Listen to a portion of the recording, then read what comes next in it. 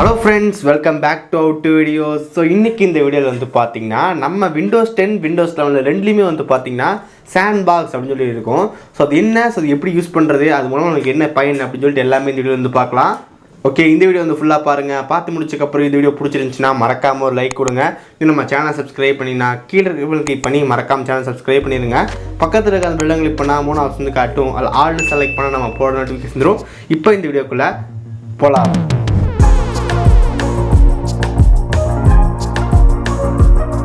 Okay guys, first of all இந்த Sandbox என்னன்னு சொல்லி பார்க்கலாம். ஸோ அதுக்கு முன்னாடி இது வந்து பார்த்தீங்கன்னா Windows 7, 8, XP ஸோ அதெல்லாம் இருக்காது.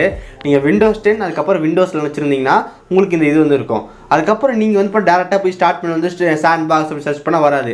ஸோ இதை நம்ம வந்து பார்த்து நம்ம தான் டிஃபால்ட்டாக ஆன் பண்ணணும். இது எங்கே ஆன் பண்ணணும் அப்படின்னா வந்துட்டு நமக்கு கண்ட்ரோல் பேனல் வந்து போங்க. கண்ட்ரோல் பேனலில் வந்து பார்த்தீங்கன்னா அன்இன்ஸ்டால் சேஞ்ச் ப்ரோக்ராமுக்கு சைட்லேயே வந்து பார்த்தீங்கன்னா டர்ன் ஆர் ஆஃப் ஃபீச்சர்ஸ் கொடுத்துருப்பாங்க. இதை நீங்கள் டேரெக்டாக வந்து பார்த்தா ஸ்டார்ட் பண்ணி வந்துட்டு டர்ன் ஆர் ஆஃப் ஃபீச்சர் அப்படி சர்ச் பண்ணால் வரும். ஸோ அது மூலமாக போய் ஓப்பன் பண்ணிக்கலாம். டர்ன் ஆர் ஆஃப் ஃபீச்சரில் வந்து பார்த்தீங்கன்னா விண்டோஸ் சாண்ட்பாக்ஸ்னு இருக்கும். ஸோ அந்த சாண்ட்பாக்ஸ் செலக்ட் பண்ணிட்டு கீழே அப்ளை கொடுத்துட்டு ஓகே கொடுத்துருங்க. உங்கள் பிசி வந்து ரீஸ்டார்ட் பண்ண சொல்லும். ரீஸ்டார்ட் பண்ணி முடிச்சக்கப்புறம் டவுன்லோடிங் இன்ஸ்டாலிங் அப்டேட்லாம் வரும்.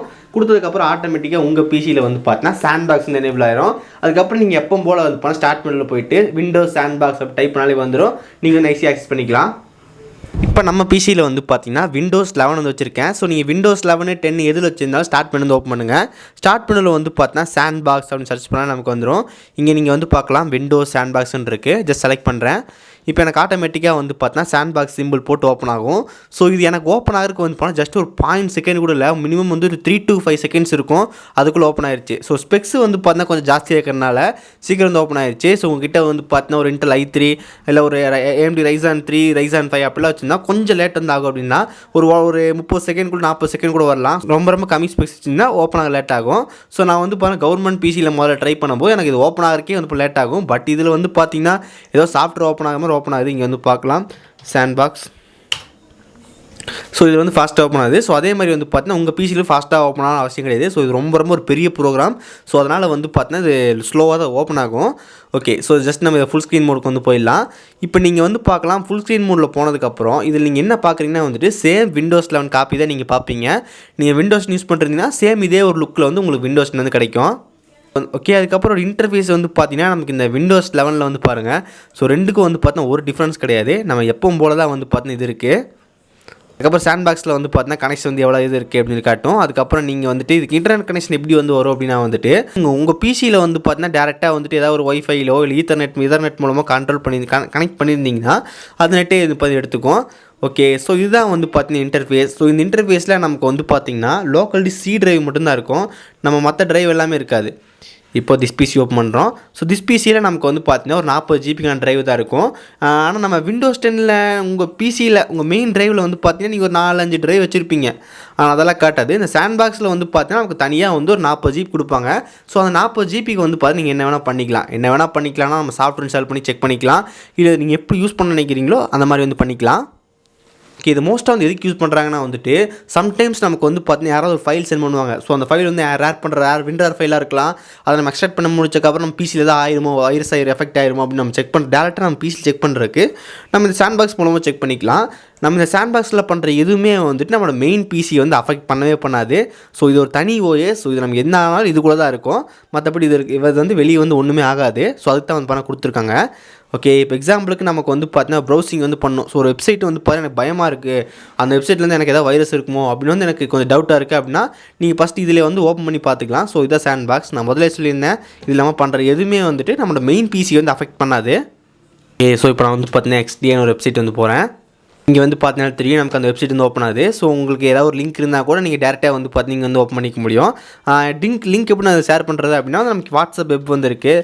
ஸோ நீங்கள் வந்து பார்க்கலாம் வாட்ஸ்அப் வெப் வந்து கொடுத்துருக்காங்க. ஸோ நம்ம எப்போ போல் வந்து பார்த்தீங்கன்னா வாட்ஸ்அப் வெப் ஸ்கேன் பண்ணிட்டு நம்ம அது மூலமாக ஈஸியாக அந்த லிங்கை ஷேர் பண்ணிக்க முடியும்.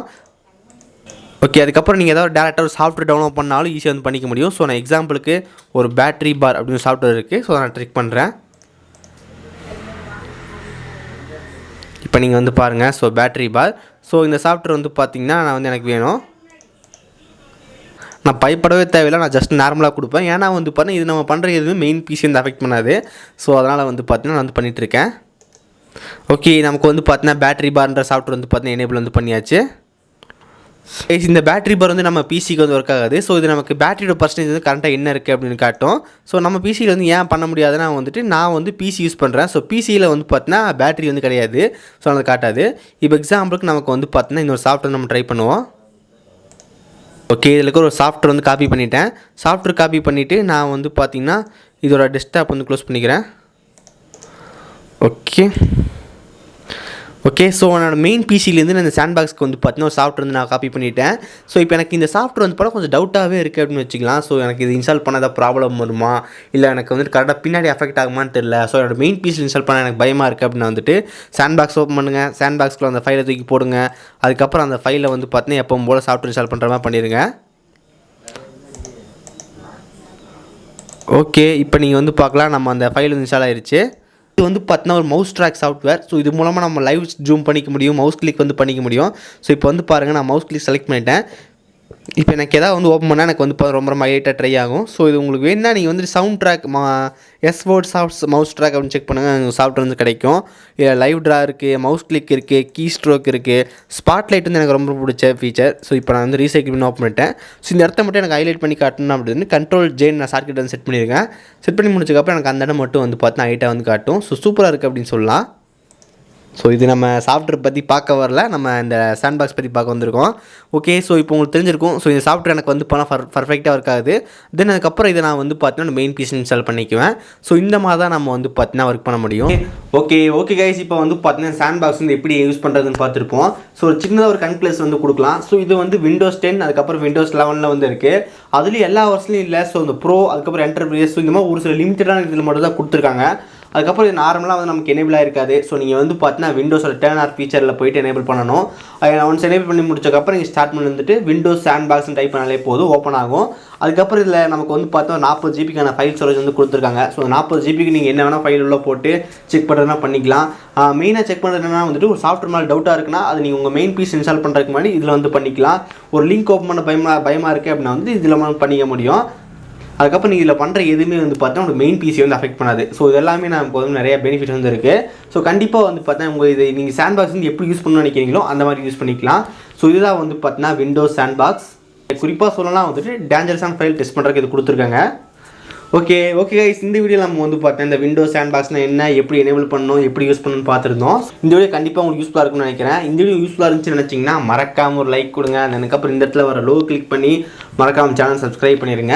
சைடில் ஒரு 2 வீடியோ நீங்கள் பார்க்கலாம் பாருங்கள், ரொம்ப யூஸ்ஃபுல்லாக இருக்கும். இந்த வீடியோ அவ்வளோதான். நல்ல வீடியோ சந்திக்கிறேன். See you guys, bye, have a nice day.